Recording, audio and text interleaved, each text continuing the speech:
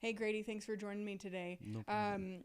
So, I want to talk about water filters with you because your experience and background is in water filtration and water systems as a whole. Um, I've recently learned that just because you have a full water house system does not mean that that's a good thing. Yeah. What do you think about that? I think that there's a lot of misconceptions around like water and Mm-hmm. and filtration in general. Like what we're told by companies who sell filters or do things like that is that ours is the best. Ours removes all this, does all this kind of thing. But when you're looking at a water system, you kind of got to look at it as a whole. Mm-hmm. And if you disrupt some part of the system, you can definitely cause more problems than you intend, or you were trying to fix the problem and end Right. up making it worse.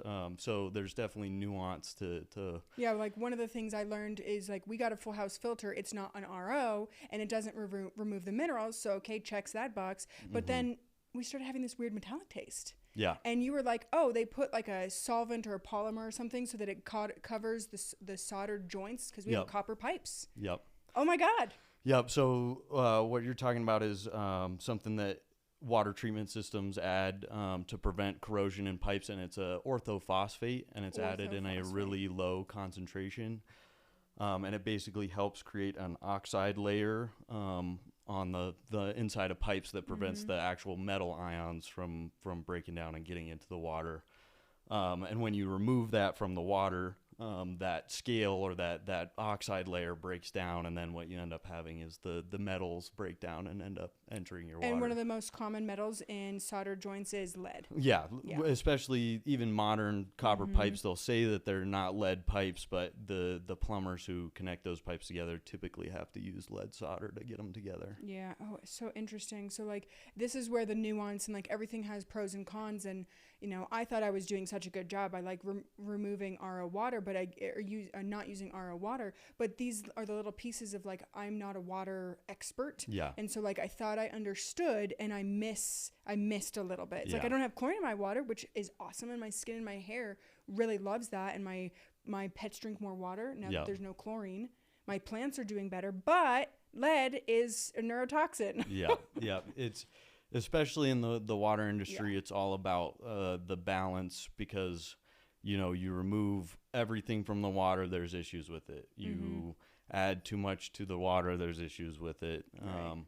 There's a very delicate balance between having a good water system and having a bad water system. Mm-hmm. Here in Colorado, we typically have better than average water systems. We're not on the news for being a Flint, Michigan, or anything like that, and Paonia. There's places in Colorado that do have quite a bit of lead in them, though. and especially poorer communities in Poorer Colorado, communities, like exactly. Aguilar and down south. Mm-hmm. Almost none of those places can even drink their tap water because Yeah.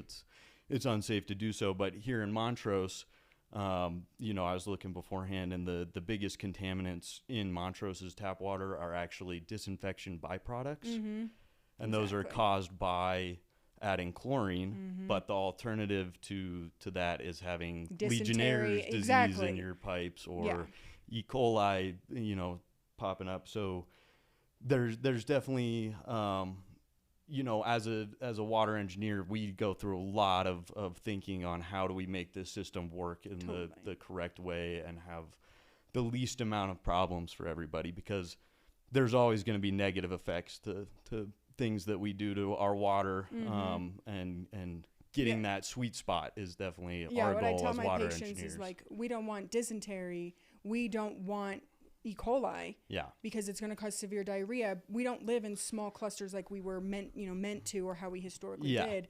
So, but then filtering out chlorine can be a really valuable thing for one's health, especially since we live in a really dry place and yeah, chlorine's pretty dry. It's like, can we do that? But is there, we went a little extreme with our full house system, and like maybe having a little buyer's remorse, not understanding some of those, the finer balance that yeah, we're discussing. Um, One of the things that I know Britta's got a class action lawsuit for right now is claiming that they removed PFAS, yeah, aka forever chemicals, and they are just such a pain in the butt to deal with. yeah. Can you tell us why? So PFAS are a class of chemicals that are known as forever chemicals. They are persistent in the environment because they can't be broken down very easily by biologic action, by heat, by chemicals, like they're very resistant to degradation, which is why they're useful in our society. They are what's in your waterproof jacket or skiing, on your yeah. pants. There's lots of things that we don't even realize that contain them. Carpet, wrinkle-free, water resistant. Yeah. All of those is like PFAS covered, and Gore-Tex is PFAS. It's like my ski equipment, all of it is, and my hope is that I never have to buy another like jacket and pants again. Yeah, and like overall, the long-term effects of them are worse when you have higher concentrations of them, in areas that are around the plants that are manufacturing them is a big contaminant issue. But with DuPont. But because they're so non-reactive, it's difficult for us to remove them from water. So even like Brita, for example, most of their filters are just activated carbon, and that's what humans have been using for thousands of years to filter our water. You burn some wood and you run your water through it and it's clear on the other side. And the way that works is that there are little tiny pores in the carbon molecules that have a attraction to molecules, so they'll have a charge. And so the mechanism of removal is that those little pores attract contaminants and trap them. And so it's really good for things like chlorine. Like you run your tap water through a Brita filter and almost all of the chlorine is removed right away. But for things that aren't reactive, certain heavy metals, that kind of thing, they can't remove it. And a lot of these companies want you to think that they can. They profit off of the fear that people have around these contaminants. And especially in poorer areas that don't have access to, good drinking water in general, their only form of filtration might be at the end with a Brita filter. And if they're thinking it's removing it, that's, unacceptable in my opinion. It's not good integrity on the company's part. And it is important, though, that we have access. And so, like, I'm a penny's worth more than a no penny kind of practitioner. It's like, if my patient can only afford a Brita filter, I'd rather you remove the chlorine and not worry about the rest. It's like, can we find a way to, like, improve health incrementally rather than these huge jumps, spending 10 grand on a full water system, and now you have osteoporosis because, the road to hell is paved with good intentions.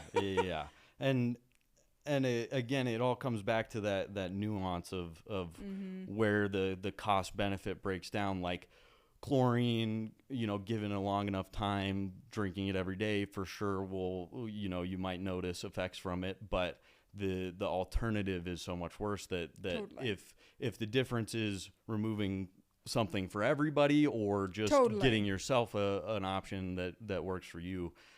I always tell people this, that if they're worried about chlorine for their plants, set your water out for a couple of hours and that chlorine off gases and is no longer in the water. If you are wanting it for, yourself, a Brita filter is basically all you need. A lot of people have fridge filters now too, and they're the same. It's like, let's use what we have accessible.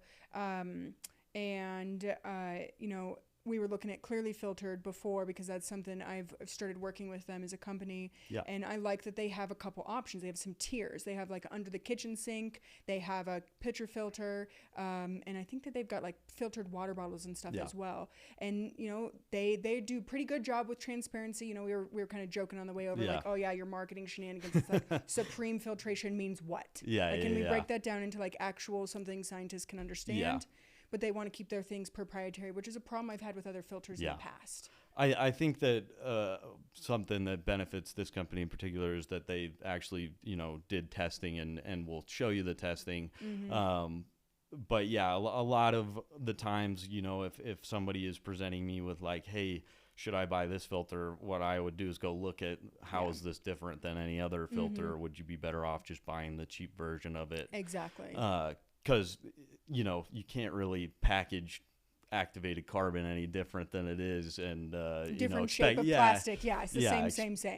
So a lot of times when you're searching for a filter, the marketing part of it is what sucks you in or gets you to like a particular brand, but in reality the type of filter is probably more important than anything, and then finding somebody reputable that actually will tell you, hey, we've run water through this. This is what came out. This is what didn't. That kind of thing is important.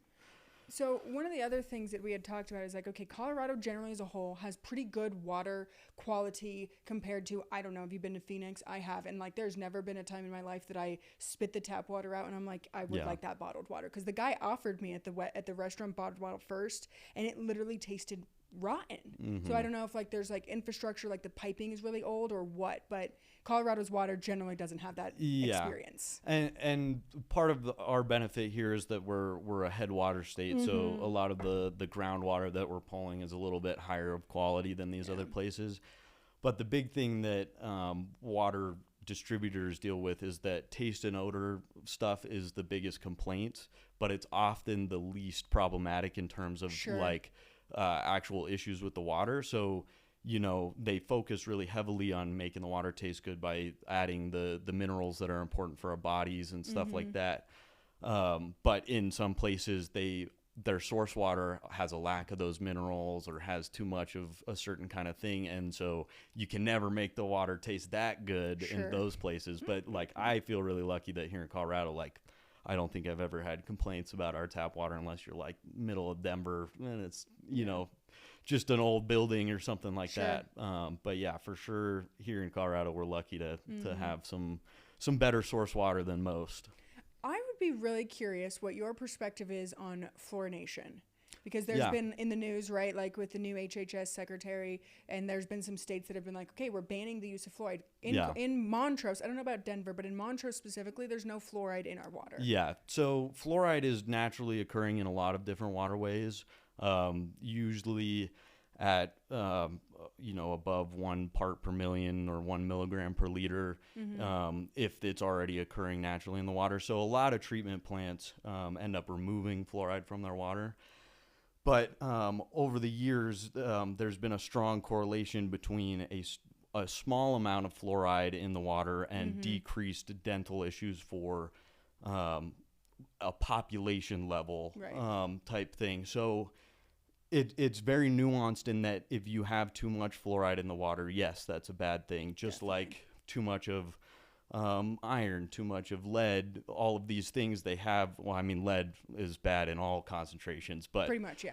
But fluoride, we have robust evidence that it does provide positive benefits to the society as a whole. And so the people who are, pushing the all fluoride is bad narrative, a lot of times are comparing what they have in their toothpaste to what is in our water. So a normal tube of toothpaste has around 1,500 milligrams per liter of fluoride. So a really high concentration, like above poison a gram. Poison control, like if you eat it too much of it, call them. Yeah.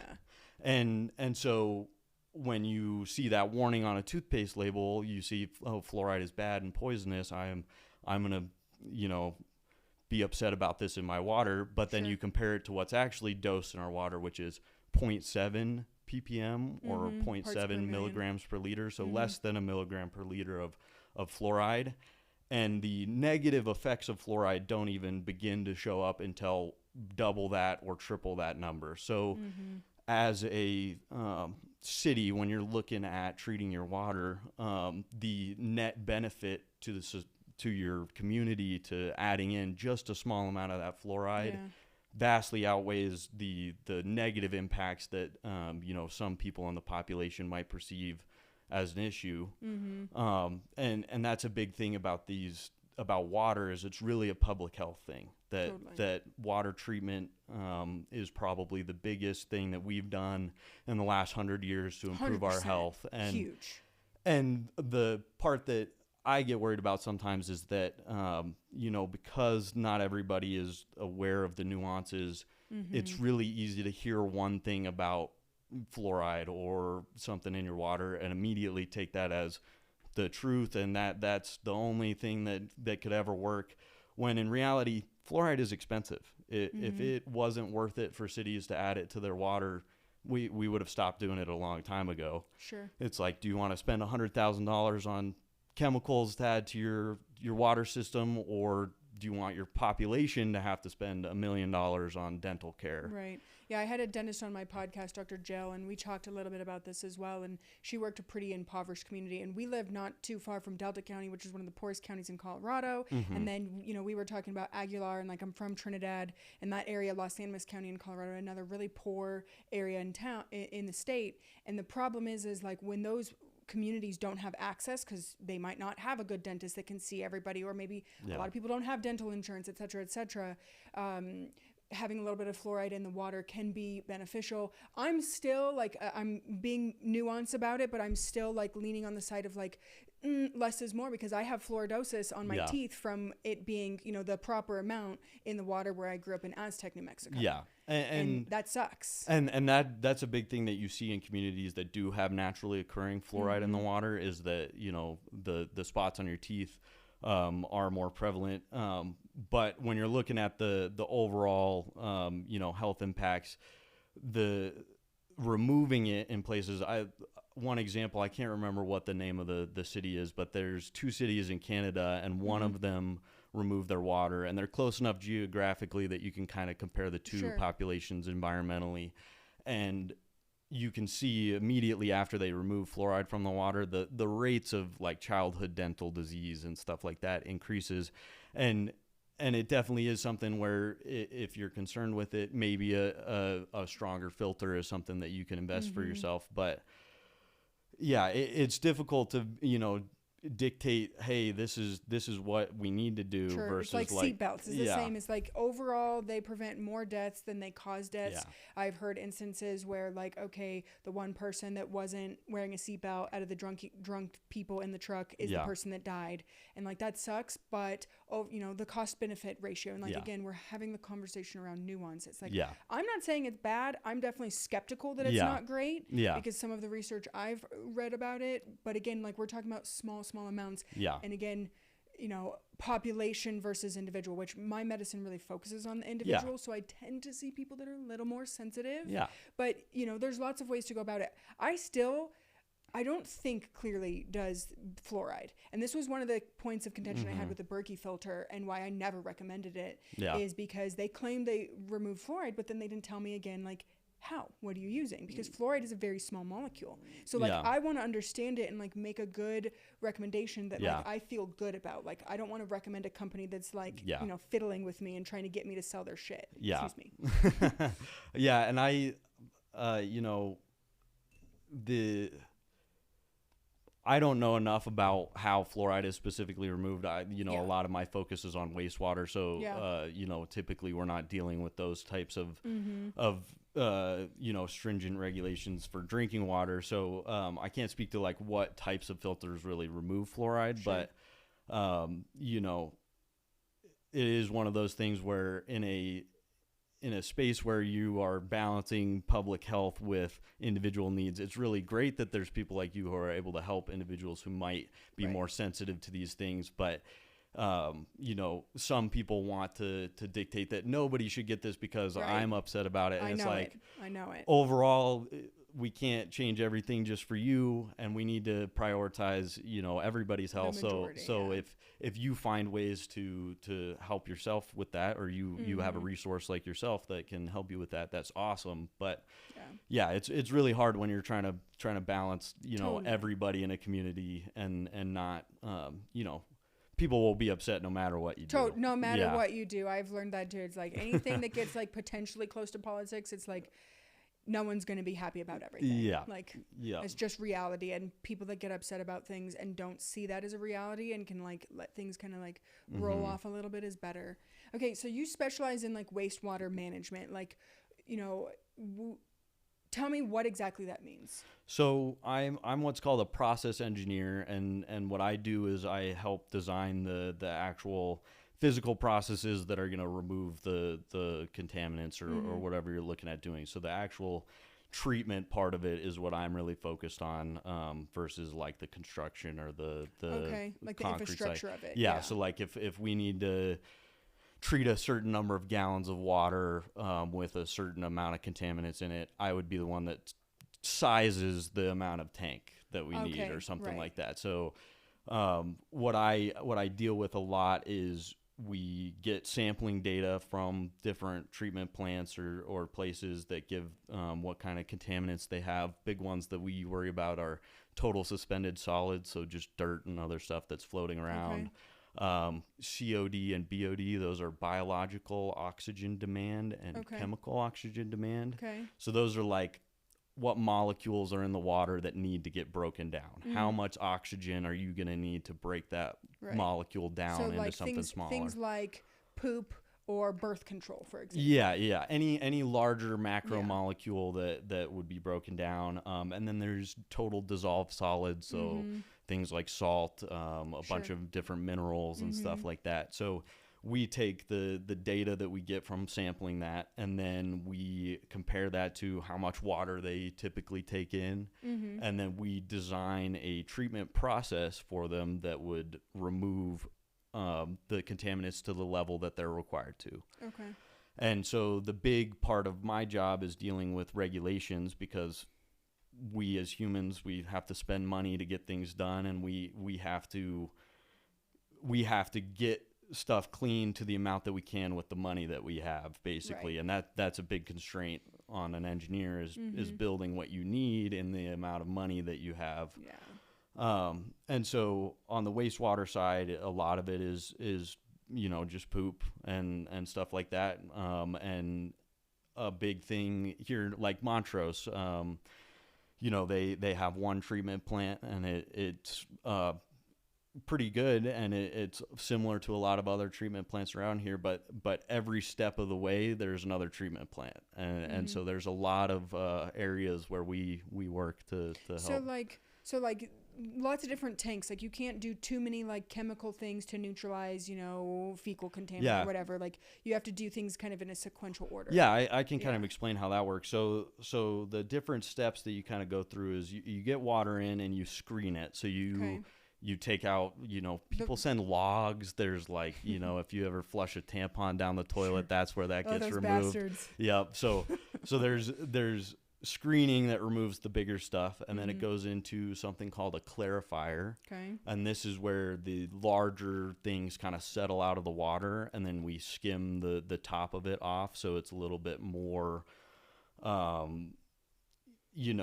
clear, basically. All the stuff kind of settles to the bottom, and we can scrape that out and send it to the sludge tank. And then the next step usually is biological treatment, and this is where you've seen those basins with like bubblers in the bottom, like aeration basins. So that's where we basically farm microbes to break down the stuff in the water. So we feed it oxygen so that they can break it down. And in a lot of plants now, we're introducing anaerobic digestion, so where there's a certain section of the plant that doesn't have any oxygen added, and that helps to denitrify the water and stuff like that. So is that like creating lactobacillus? There's a bunch of different bacteria, and the way that it works is kind of like gut microbiome. There's different plants that have better or worse microbiomes, and when you're starting a plant, you'll get wastewater from a different plant to borrow their bacteria, basically, and seed your tank.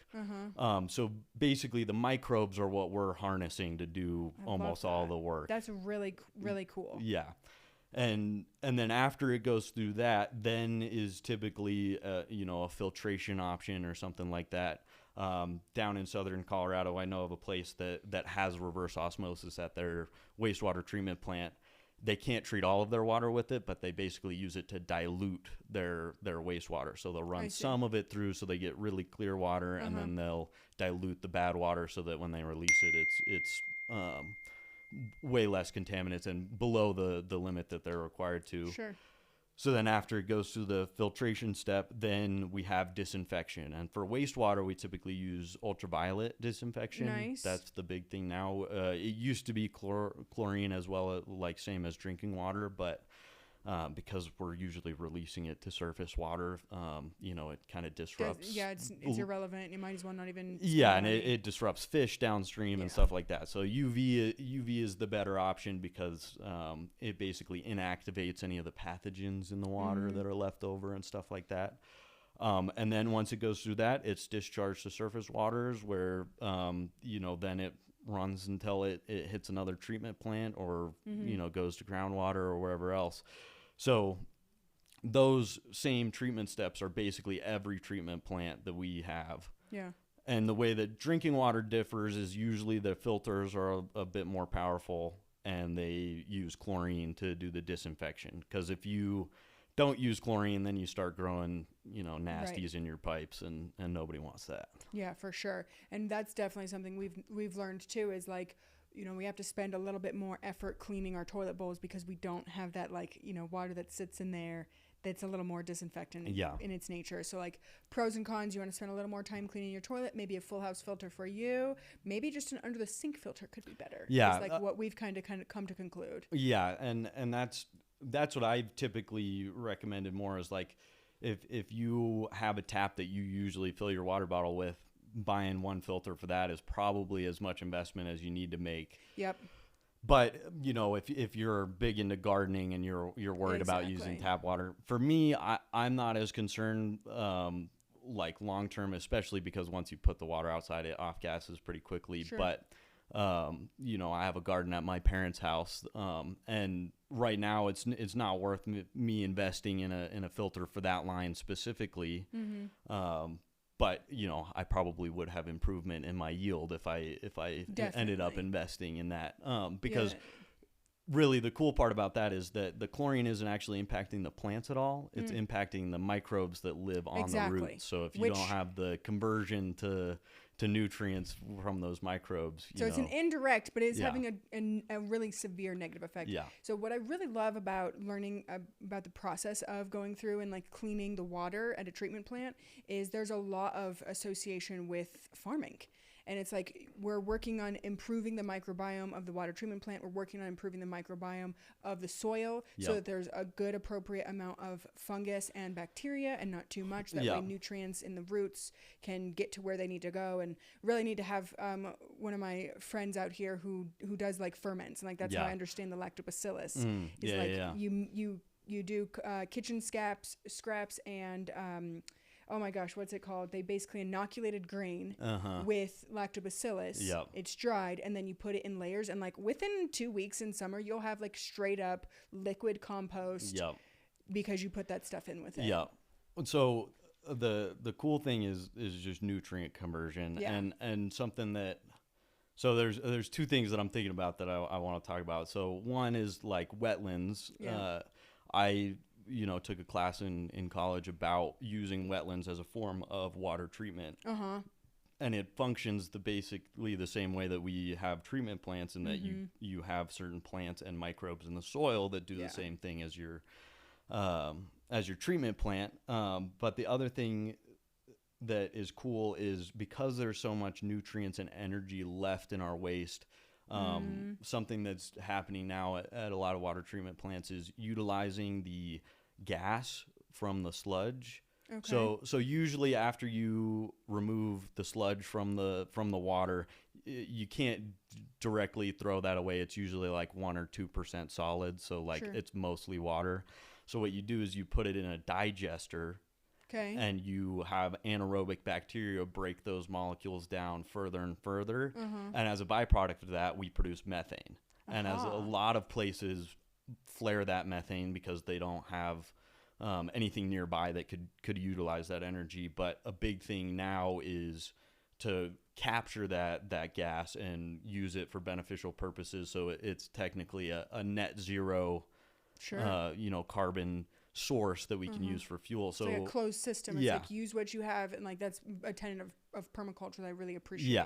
So Grand Junction, they have digesters, and they capture their gas, and they run their trash trucks off of it. Cool. So there's a big potential here in the near future, if we invest in these types of systems, to utilize the waste that we already produce to power our homes. And like I think in Denver they're trying to electrify or switch away from fossil fuels for heating Denver. And so a big thing is trying to make the big Denver water treatment plant be able to provide gas and power and heat to some of these areas nearby. And that's a avenue of water that I'm really excited about. I think it's really cool that they were able to do that. And there's even some things where you can, run a blower to aerate that water off of the gas that you're producing at the plant. So instead of, burning coal to power your air thing, you can just use the shit that's already lying around literally. And like that's just like such good business, is like, what is a waste product that we can use?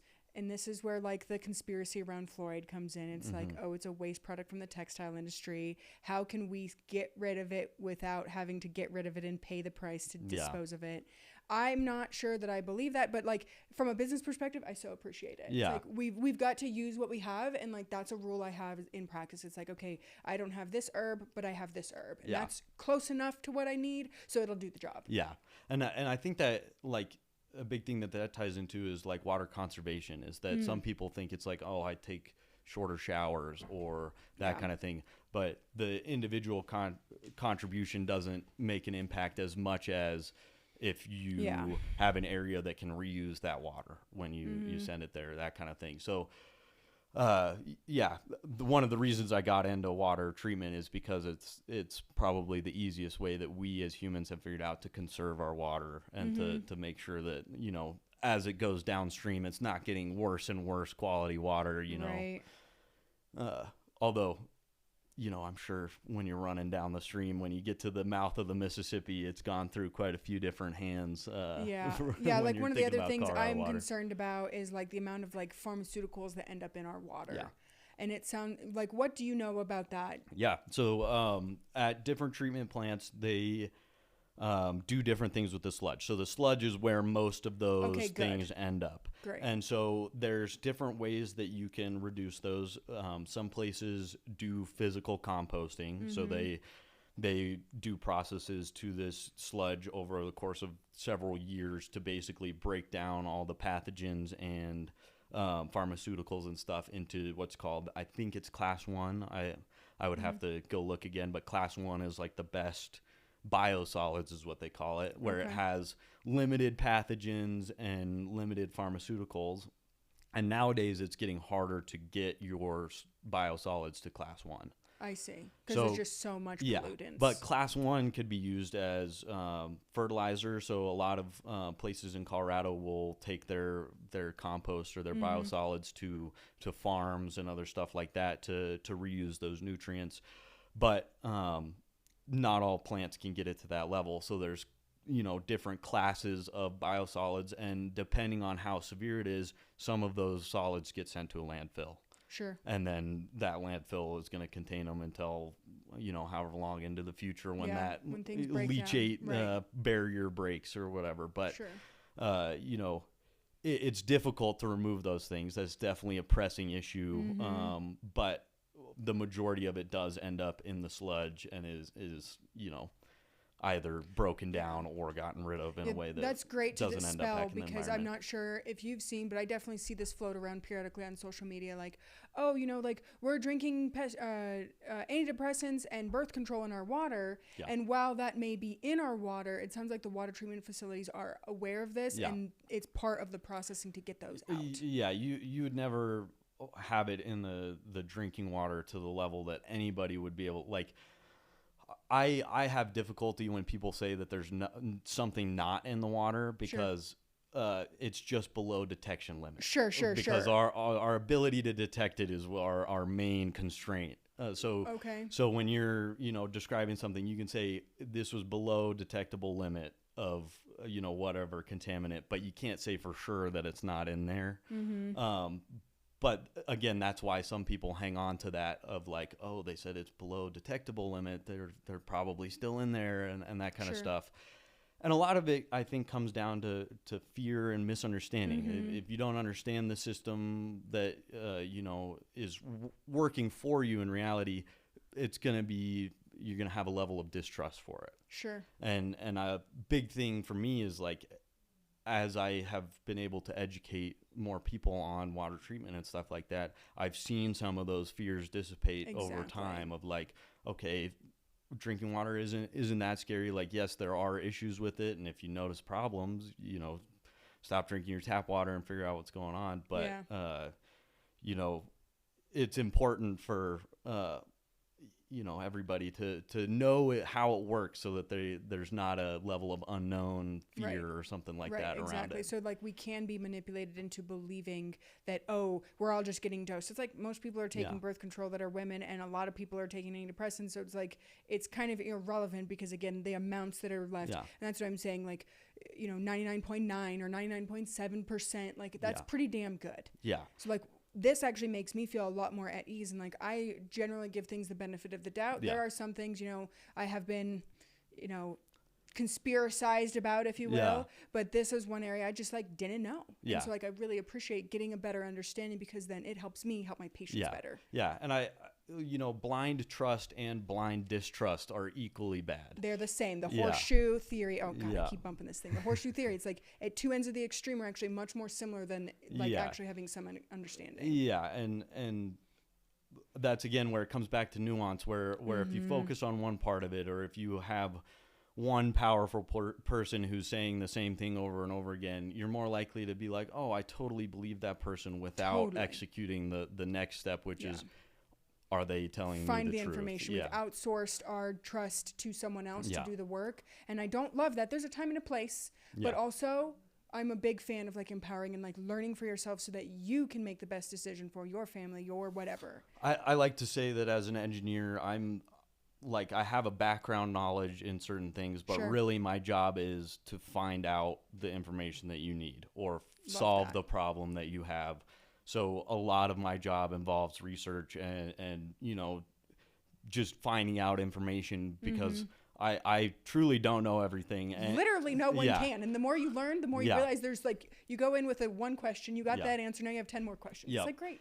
and the biggest key is learning how to identify which information is reasonable, which information might be more questionable. Totally. And you know, it's a difficult part of the job, but I think that you know, a lot of people put a level of trust in scientists or distrust in scientists or people who have power or perceived power, when in reality most people are just people trying to do good. Exactly. And you know, especially when you look at water treatment systems, it's viewed as like, oh, the government is wholly responsible for this, but it's really like our community is responsible local for this. communities, Yeah.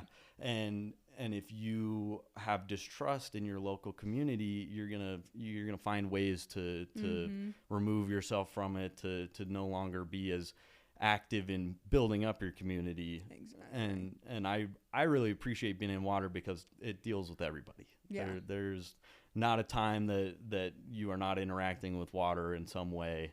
Every day. And Yep. it's always a big topic out here too in the Western Slope. It's like, we haven't had a really good snow year. How's that going to affect the farmers and the ranchers? Like, Yep. are we going to have fires? Like, are the ditches going to end in August? Like, I don't know. Yep.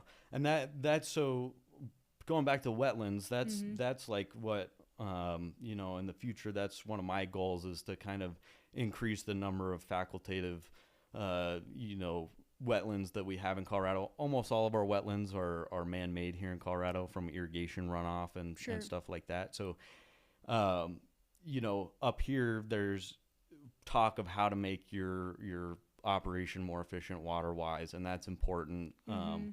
But downstream impacts are always going to happen. So if we have a bad water year and we're not able to, you know, have the full resources up here, the groundwater in 5 years will be an issue, and that kind of thing. So being proactive on conservation and proper use of water is definitely important going into the future, because I don't foresee, you know, Colorado getting much wetter than it is now.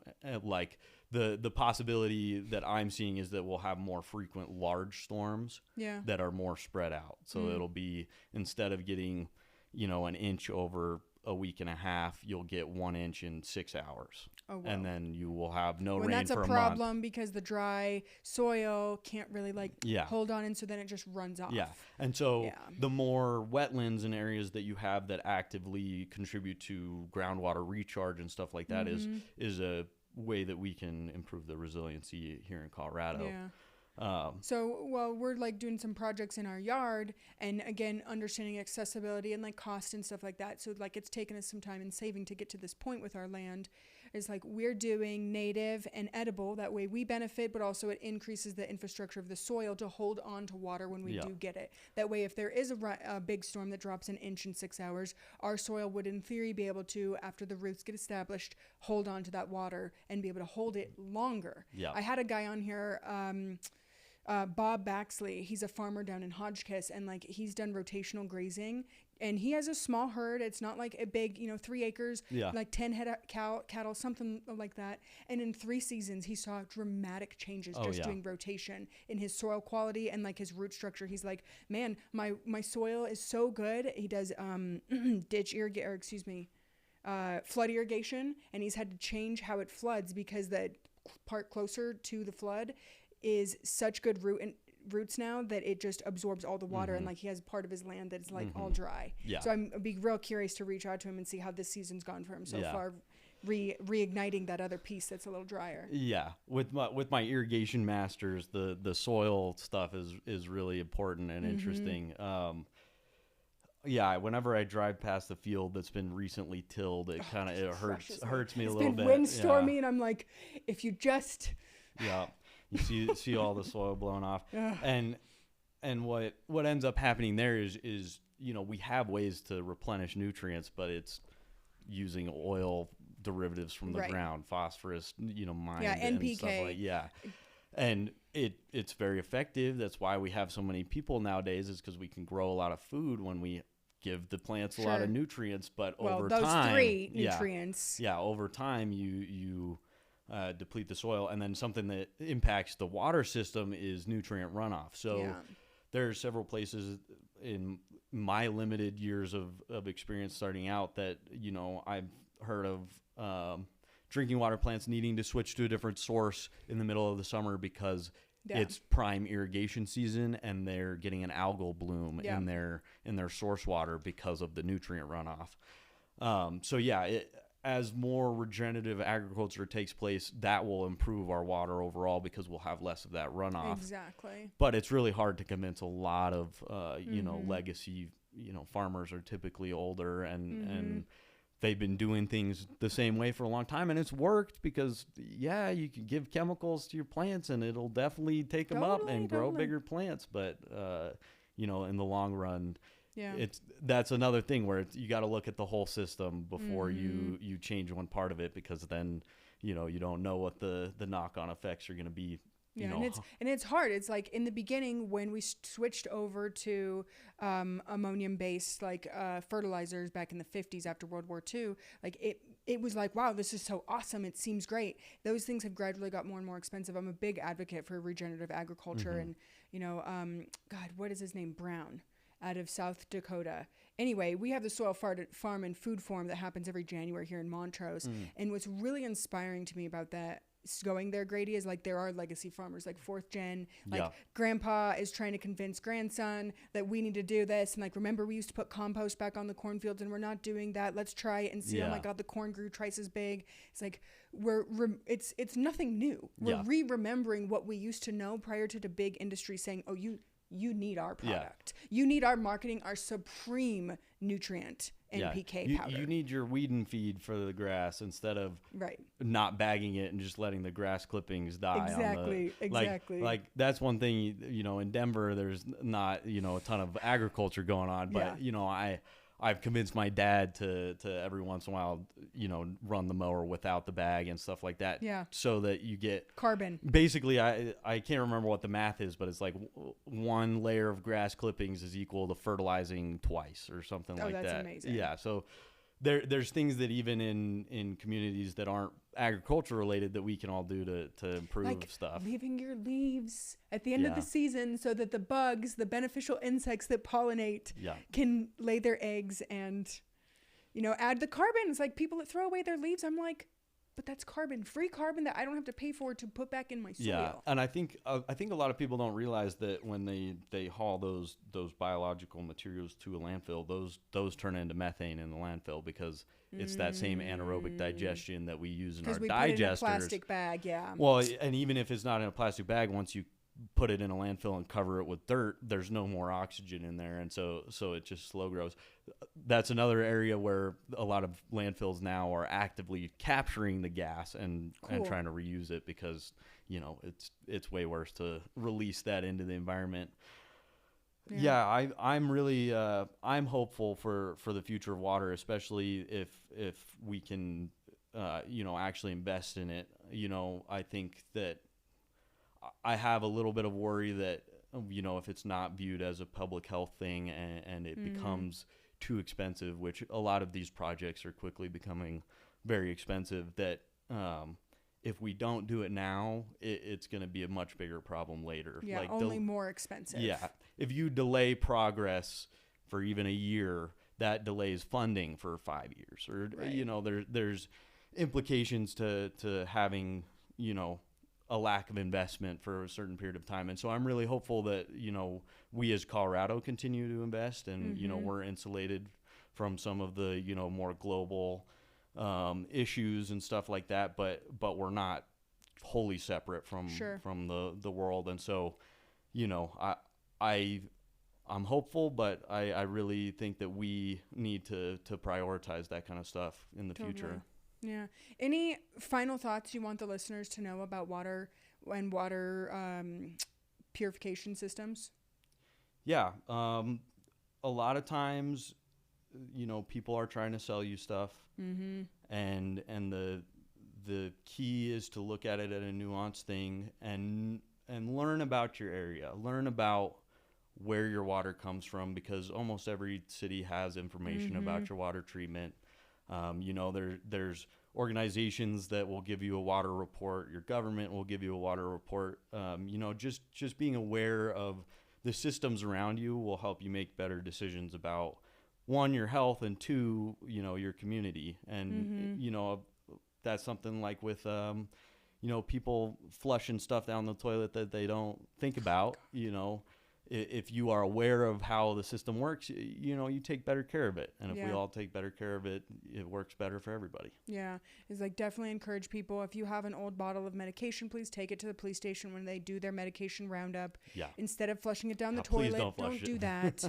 And please don't put tampons or other feminine hygiene products in the trash, or flushable wipes. I don't care if it says flushable. Yeah. That's wrong. Yeah. That company should be in trouble for false advertising. Yeah. You probably don't want to picture it, but these screens at the beginning of the plants, they're pretty grody. And I believe it. And Diapers, there's some unfortunate soul that has to go scrape your stuff off that you flushed because you couldn't be bothered. But again, that's where it comes down to, if you don't know the system that you live within or what part you're in, you have a hard time caring about it. And that's a big thing that I've noticed, is that there is less connection to community and less realization that your neighbor is just as important as you are in the grand scheme of things, and that taking care of the community is the only real way that we have improved all these things in our lives. Like, we wouldn't be here without our local community, our global community. I'm sure this microphone wasn't manufactured in Montrose, but probably not. You're saying we're all one, and we need to take care of each other. We're all humans at the end of the day. We have far more in common, 99.9% genetically the same. Yeah. And look at the diversity that expresses itself in humankind. We're all the same. It's better to support each other as a community of humans than it is to go after each other. And I appreciate you reiterating that. Yeah. In your experience, are most water treatment facilities open to having like tours, or is that something that they do to kind of explain and educate to the public? Yeah, most treatment plants are pretty open to having tours if people are interested in doing it. It might be a little difficult to find the contact information. I know for sure it's hard for me sometimes when I got to call people up, but a lot of times places will, some treatment plants in Denver have, community events and stuff like that. So there's definitely opportunities if you are interested in learning more about it. The people who work there, they love what they do.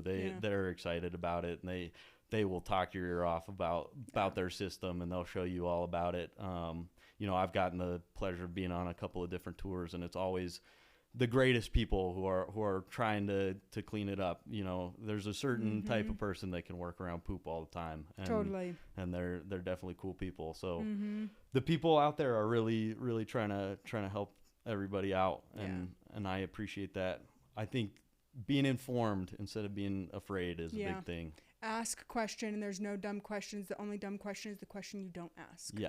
Instead of assuming, and I don't care who the talking head is that says X, Y, and Z. And like, I've been really hesitant to like do any kind of affiliate marketing because I wanted to make sure the companies were good companies. And like, I could sleep at the end of the night and I knew that I wasn't making a recommendation for a bad product. And, you know, the way I go about it is like, okay, quality, price point, and accessibility. Like those are the pieces I take into consideration when I'm making supplement recommendations, herb recommendations, water filter recommendations. Like I really try to be thoughtful and like make it be the best choice for multiple arenas, not just like because it makes the most profit for me. And that's definitely part of, you know, being a good provider is you know, tailoring it to the specific person, but also, you know, doing some of the legwork on, hey, is this a good product versus, hey, is this something that'll make me money? And things change because, man, there's a company I really have used for a long time. They got bought out in 2023. The label hasn't changed, but all of a sudden I'm having patients react to this product and I've never had an issue with it. Yeah. And colleagues are also having the same thing. It's like they got something from a different source. I don't know. And like I've been waiting for like the hat to drop and got to go away from that company, unfortunately. Yeah, and that's the thing. Stuff does change, and I think that, you know, especially with science and all these things that we've developed systems to kind of help us determine what the best way to do it is, and if you are able to change your mind about things, that's very important. And being malleable and you know, if somebody is espousing to be an expert, like, you should try and investigate why they're espoused to be an expert. Are they truly an expert, or are they making a ton of money on, you know, like Alex Jones is one that I've thought of. Like he does a lot of fear mongering around water, and then immediately he's like, oh, but I sell this $85 filter that's directly back to me. Be scared of your water, so please get my, you know. Right. And like one of the people I follow on Instagram, she's like, stress is still stress, whether it's organic stress or not. Yeah. And stress is worse for you than you having a little chlorine in your water. Yep, exactly. And that's another thing. Like, you know, if you are concerned about something, investigate. Yeah. You know, most people would find, like, you know, when you determine why they're putting chlorine on the water, you're like, okay, yeah, maybe I'm fine without Legionnaire's disease or whatever else in my pipes. Or you can get a small personal filter for your home and get rid of it, because it does have a negative effect on the thyroid. I see that often in my practice. So it's like there's things that it is a problem, and maybe for the most people, I don't know if I could even say that, because most Americans aren't the best health that they could be. I still think most people should not be drinking chlorine on a regular basis. Yeah, well, but like I'm right there with you. I don't want dysentery. Yeah. No thanks. And the thing with it too is like, for people, there will be negative side effects of anything, but you also, you know, you got Joe out in Missouri who's only drinking tap water for his entire life, and he's 97 with, you know, it's luck of the draw. The 2-pack of cigarette smoker that dies at 89 in his sleep, never had cancer, and then like, it just... Yeah, there is some things that are genetically related, but you know, if we call them obstacles to cure in my practice, and it's like if we can reduce something a little bit and see how that has an effect, because we're exposed to so much crap, and it's like a little bit of all this stuff, and it does seem like it's having a pretty negative consequence on people's chronic health issues. Yeah, and on an individual level, it's always good to be aware of all of the things that could be impacting you, but on the drinking water and stuff like that. You know, we've come up with pretty good ways to clean our water, and that it's important to know that the only reason that we have drinkable tap water right now is because some really cool people 100 years ago decided to make it a thing and put their time and energy into figuring out how to actually do it in an effective way. And running water. Yeah. This is all people living off the grid. No, thank you. I like electricity and I like running water. Really, I enjoy those two conveniences in modern life. Yep. And I'm really hopeful for the future of, you know, other places around the world starting to develop their water systems better. And And I think more microbes. yeah, It'd be really cool. better microbes. Better microbes. Yeah, Okay, yeah. I like that. You got to pick the right ones for the job. Sure. And the other piece here, just want to emphasize, Yeah. it is better to drink water than to not drink water and choose to drink some other substance and replace Yeah. it, because we are still 70% water. We need to continue to hydrate our tissues. Yep. It's like, even if it's chlorinated, it's better to have hydration than not. Like, Yep. that's really the moral of the story. And it could be much worse. Like, I'm a little crazy. I like the taste of chlorine in water for some reason. It's horrid. For some reason, the flavor when I've left it off gas, my brain doesn't like it. So, Yeah. you know, when I'm drinking water, it's probably 50% Brita water and 50% tap water, because I'm like, you know what sounds really good right now? A cold glass of chlorinated tap water. And it's not... You're special, I Grady. definitely am. I've told people this before. Like, not everybody likes it, but for some reason, every time I'm like, oh yeah, that water's been left out. There's no chlorine left in that guy. It's too flat. Yeah, exactly. So where could my listeners get in touch with you if they wanted to ask you some more questions? Yeah, so my email is Grady, Grady, at Hansen Cole, HANSEN Cole, COLE.com. And yeah, feel free to message me questions or anything like that. You know, I'm always happy to talk. I don't know everything, but I will also let you know if I don't know enough everything about either. it. And if I can find out the answer, I will, and I will get them to the right person. I say that often. And like, a slice of humble pie goes a long way in a culture where we're like, I don't know, this whole expert thing is kind of just like, I'm over it. Like, I don't know everything. You don't know everything. I don't know that Miranda knows everything. Maybe she does. But, you know. Yeah, anybody who claims to know everything or is Be skeptical. very confident in everything that they say, no matter what topic, be a little skeptical. Yeah, definitely. Yeah. So thanks everybody for joining. I am so close to 300 subscribers. Please like and subscribe. That is the best way I know that you're getting this information. It's being helpful. If you found anything controversial in here, drop a comment. Share it with someone that might have a different level of expertise than Grady or myself. Like, we're always open to have a conversation and learn more. Next up, I have a guest, and we're going to talk about period pain. No, periods are not supposed to be painful. The other topic I'm kind of playing around with is like tattoos and tattoo removal. Probably be a solo episode. I'm really looking to get an expert to talk about tattoo removal. It sounds like quite an arduous process, but I am a little worried about its effects on the immune system. So I'm doing a deep dive so I can bring it to you guys, the listeners, and we'll see you next time.